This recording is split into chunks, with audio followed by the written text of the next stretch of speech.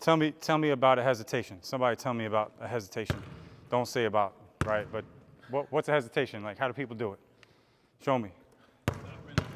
Right? Okay. Make the defender stand up. Yeah, make them stand up or come towards you, right? What else? Skip dribble. People love to say this is a hesitation, right? And they just go, right? Hesitation. Say whatever move can make your defender think. Yeah. Or to think or relax. Yeah. Indecision or not know your intention. Yeah. Now, part of the gait cycle, which is your running cycle, is this. So if I'm dribbling, that's part of my gait cycle, my running cycle. That means there's no information for you to pick up on. If I do this, what is that? It's a gallop and a skip. It's information to Hayden. So if I do it 2 or 3 times and I'm kind of successful with it, I'm hesitating. But it's postural information. When you do the abrupt stop and go or stop and see, and you're here, there's no information because I'm in my dribble cycle, my gait cycle. So it's here. Versus, that's a shot fake we talked about, right? So just go here, 1, dribble, inside foot. Everybody go once right here. I'll keep analyzing everybody. You go once, then you go, then Hayden goes. Finish the ball. Good. Get.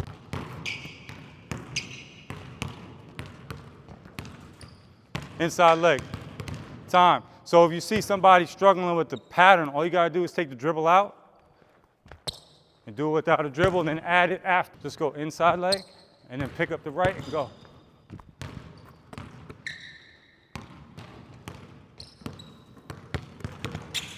Good. Perfect. That's it. That's it. That's it. You're gonna get to the lane much more if you start applying this. What buys you the time when you stop to have more stillness? Principle of basketball is if Hayden makes me become still, he has the advantage.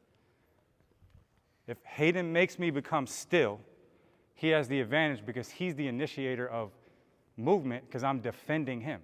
So inherently in basketball, if you make me still and I'm close to you, you're going to go before I contract and go unless I predict where you're going to get to the space. So now he's applying a principle of closeness and stillness, 2 principles.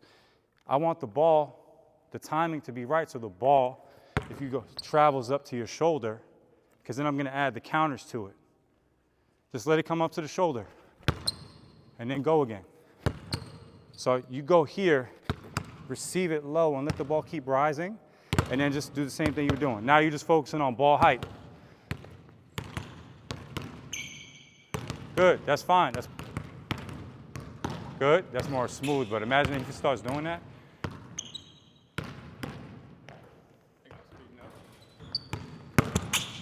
Still good.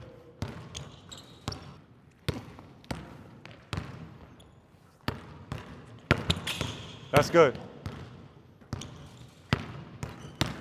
Good, scroll, but get the foot down. So now, off that, Jake, you come here, defender in space. I'm going, you're here with me. I'm going stop. So he started to bias midline, and he's here with me. But I just went stop. Abrupt, I'm letting the ball come here. Before I take another dribble, I'm doing that and then getting through. Like once you understand that ball height here can be created off a stop. And then you could, so what does ball height afford me is time. Time affords me the ability for Hayden to then say, I'm going to send postural information to the right, which in a tight space makes me jump to it, which now makes the move more effective.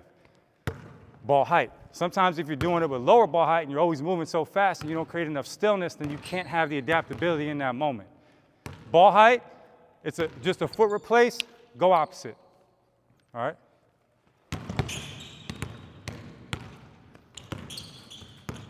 Good, good squirrel. Good. Good.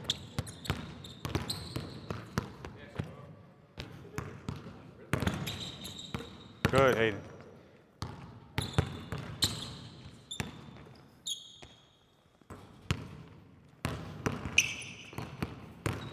That's it, Jake.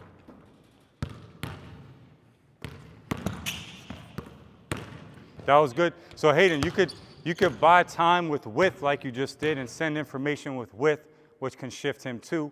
Or you could have height and send more information just with your step and your rotation and your eye gaze and then get back through. So if I go here and the ball's coming up, let's get downhill immediately so that I can add the step back. Because you're gonna make me still, I'm gonna become still. You're gonna send information that way and you're gonna be gone that way. So what am I gonna do as a defender? I'm gonna try to get to space, or I might go towards you and you'll be taking a step back completely opposite to where I took up space. All right, so get downhill, right to the step back.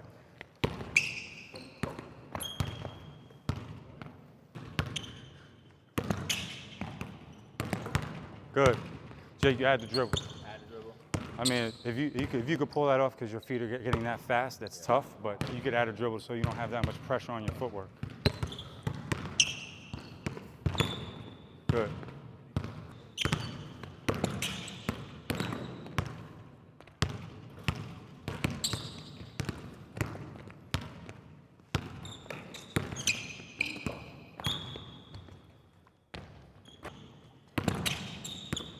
That's one of the best ones. Hayden, you feel that? You feel that now?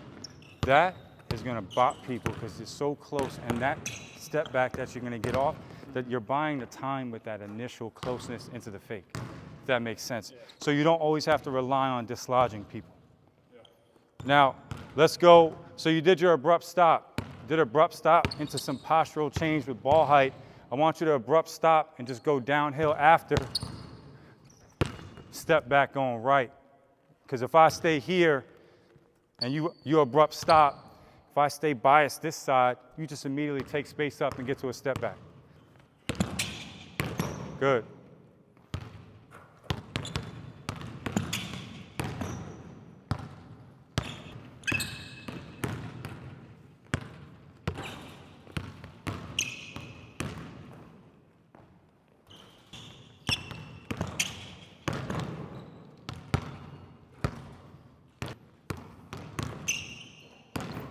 Tough. Now, these are counters because you're doing it based on defender orientation when you get to the abrupt stop. Now, I want you to get to the abrupt stop by ball height. You're on this angle. I want a same side dribble cadence, then across, get over to the other side. So we're working on ball height stillness, then a same time dribble that's very forceful and send information to that direction, then cross over and take a shot. No step back. Yep. This is that cadence change that we're talking about that we started with. Good. More ball height when you pull it up initially, right? That's the change. That's the change. You want me to relax for a millisecond. That's what makes Kyrie get to that space so easily. Makes people relax at the wrong time. Now that is going to hit somebody. Better, but I want you to scroll. When you get here, look, don't be square. Here, information, rotation, rotation. Think about rotation, chest rotation, chest rotation. Where am I looking and how am I rotating? The more you rotate, the more I turn and rotate. The more square you can stay as an offensive player, the more square I stay. Okay.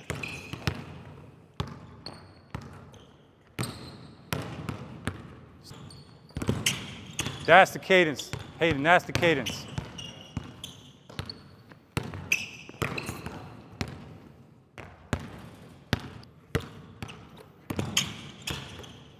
Tough. Now you're going abrupt. We're just going to continue this abrupt by ball height. My eyes are up here. I want the same time, but look at that posture, because the same time on that side is going to say, I'm going this way, right? So I go abrupt. Same time, spin off, shot. Same time, spin off, shot. It's good.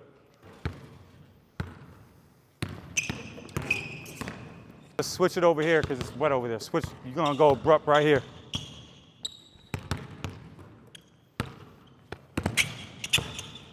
Good.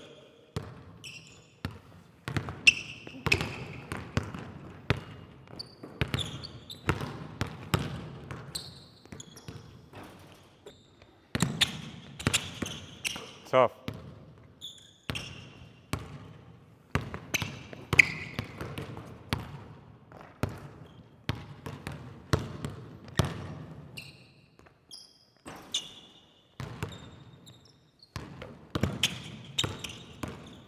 Good. It's important that if you get the abrupt defender, Jake, you come here.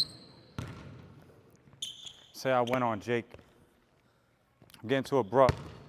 I have some time to stop here. If Jake doesn't take that space up, I'm going to keep going. So Jake has to make a decision. That's why you got to create stillness. So if Jake, if I'm here and you don't want me to get there, maybe you'd be a little bit more there. I'm on my abrupt right in his space. You can stay there. So I stop here. I got to get to this. So send Jake that way and then get to the spin. I have to get to a posture that is sending a signal that I'm going.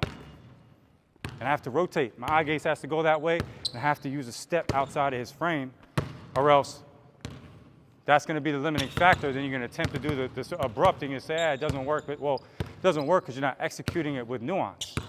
Send a signal that you're going to keep going that way. That's it. Better. That's better.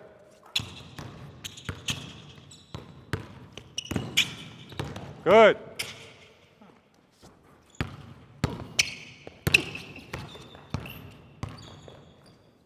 Let's get to we'll stay on the right side of the body. We'll get to so this is a part of the gait cycle. Instead of the abrupt, where you're going here, this swing leg is just gonna start to alter its course or alter its speed randomly, right? People want to call it anchor step, heavy step, this step, that step. The bottom line is it's part of your gait cycle, and you're able to deceive me within your jog, dribble, sprint gait cycle. And all you're going to do is I want you to buy time here to make this better, because then we're going to work on what you're doing, because if the defender starts to go to space, then you stop it, and all of a sudden you can take your leg from this position to this position. If he stays here, I could still load and go, right? There's so many options off of it that you should do it anytime you need more time to see, time to say, I want to have a higher IQ. I want more time to think about what I want to do. Pass, shoot, continue my dribble, right? No hip swivel. A hip swivel, great point though. I'm glad he did that. Once you start swiveling your hips all the time, what does it tell me? It's information. The more you move and the less nuanced movement behavior you have, the more I'm seeing. I want you to stay exactly like you're dribbling. So I can't pick up anything. Yes. Yes. Good, Jake. Come on. Good. Hey. Good.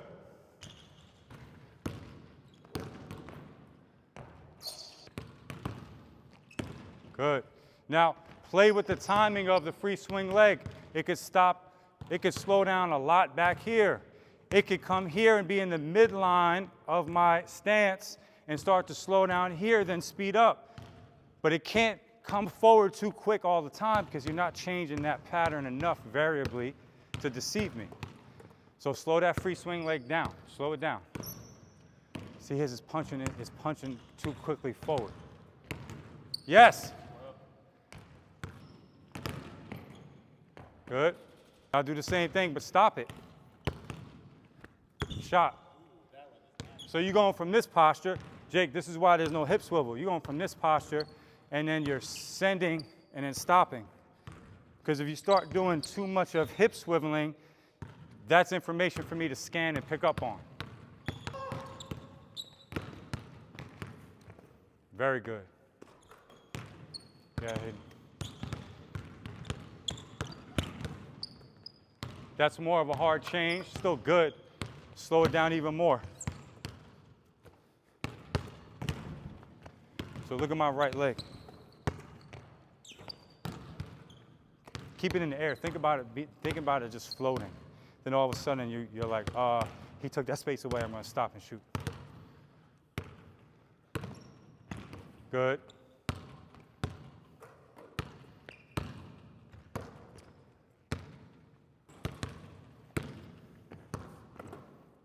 Good.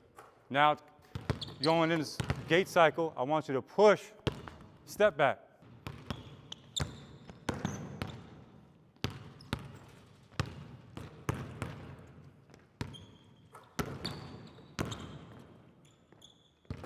Exaggerate it. That's it. Exaggerate it. The more still you become within the gait cycle, the harder it is to guard you, especially when you're varying the, yes, great. Now put it down. So you got here.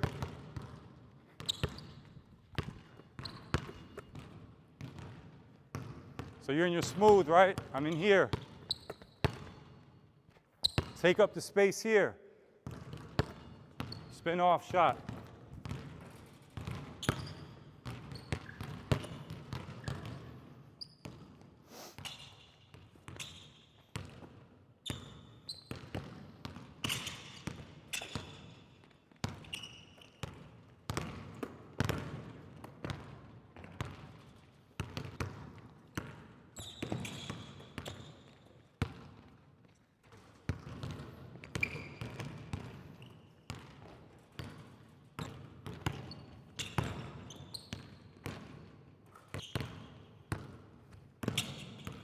Good.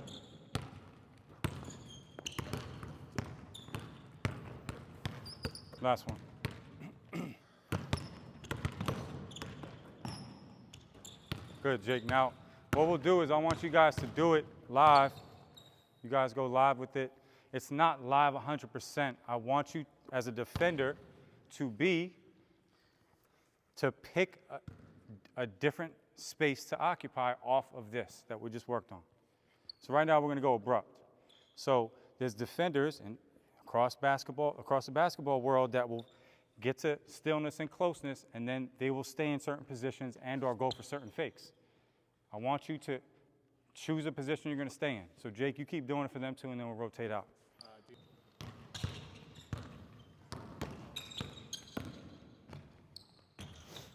Good. Good scroll.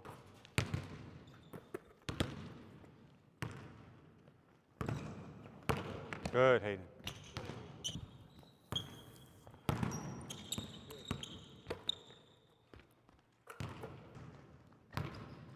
That's it. That's it. That's what we need. See now, are you learning something new? Yes. Relatively new to you, right? How is that possible? In a 45-minute span, you've gone from exploring the pattern, exploring the limiting factors that's typically the ball reception time and the height, then hand dexterity, and then putting it into a scalable system that now has a defender that's picking certain spaces for you to read. It's called scalable learning and motor learning, and then you take it with you. It's not that some people across the world aren't doing decent things. They are. It's just part training, and it's not scaled into a system that ensures that we test it, that it's stored in your memory, and that you're able to execute it under stress. That's the whole point of being an elite coach, right? You want to ensure your players have the adaptability to say, hey, then you go wherever you need to go, and you're going to execute at a high level. And the limiting factors are going to be controlled for, and we've tested them and retested them to make them be put under such high pressure that now you know you can do it wherever you go. Let's get a couple more reps. Read that a little bit more. Good. Try to get to the abrupt. So that means the free swing leg has to come in. You have to hear that squeak. Yes.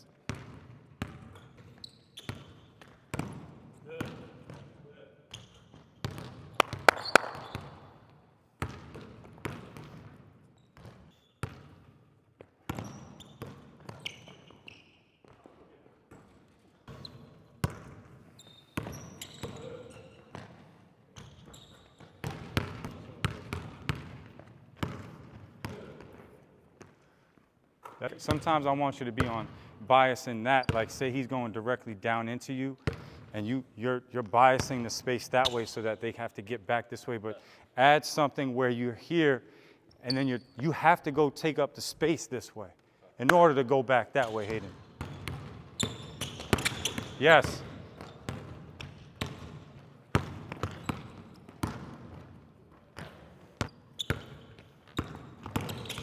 That's perfect. Now, real quick, I want to do this because this is important for Hayden, and then you're going to be able to do this in the post anyway. I want you guys to do this. Do we have a battle pad? No, right? No. All right, so just do. Just be tough. Blockers. No, just do. Jake, put your arms out. Put both out. Put them together. Like hold them together. Now, I want you to push in. I'm gonna be dribbling and going towards you. I'm gonna just keep your arm still. What I want you to do is that. Because I want you to understand that sometimes if you go, Jake, you go here. Say you went and you don't have an angle, the first thing you do is you go into contact and then you execute the gait cycle hesitation, which disengages me because now he's already gone before I could even deal with him. So just hold on. Yep.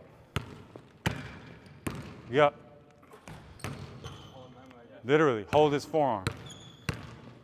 Yep. 2001 or whatever. Yes. Now, Squirrel has to get his leg to be more of the gait cycle. It's doing this. Yeah.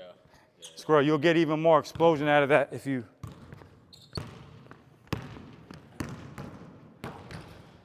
Same pattern, go left. Really push into him, Hayden. Yep.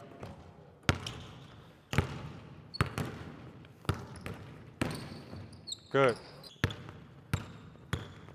That's it. Engage the defender, engage. Yes. So it's just a good way to create engagement. He's creating force. It's simulating this. Now do a little bit of that. Let him go. You go into his chest.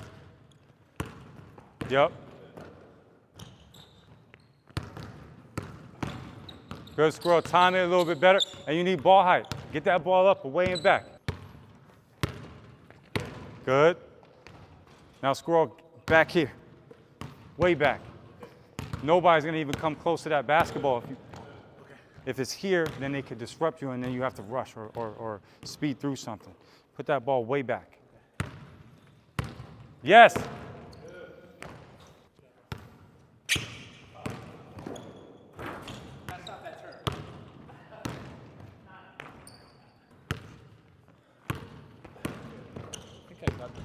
Good. Now try it with higher ball height, Hayden. You're good, Squirrel. Higher, yeah. So anytime you feel like you're handling, right, and somebody's staying square with you, and you know shot clock's going down, whatever, there might be a tight space, and you cannot go to space, I want you to immediately go and engage. Engage, but you have to engage. Inside leg has to be the stabilizing leg. This way, if I go engage with Jake, and then I push here, and just say Jake comes back up. Now, when he's coming back up, that's when I'm hitting him with the move, because now he's at a disadvantage because he's coming toward me. But if you need to handle and you got to go to space there's dig help, you need to be able to understand that you got to engage, put the arm out, and then see going direct downhill, but you're immediately getting into a stable position and option posture in your handle. If you just go full tilt and you're just like barreling into him, that's a whole different context of what options do you have out of that based on what he does or doesn't do. And you can feel and see, like if he goes to that side, whatever.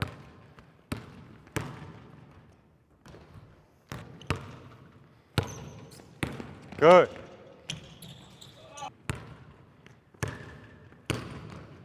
Good, Squirrel. And see, it can't always be, they're gonna call that, put your arm out. You can't just put your arm out like you're defending me. You can't always be going crazy like this. They're gonna call that. But if you're handling and you just engage them, you just put your arm out.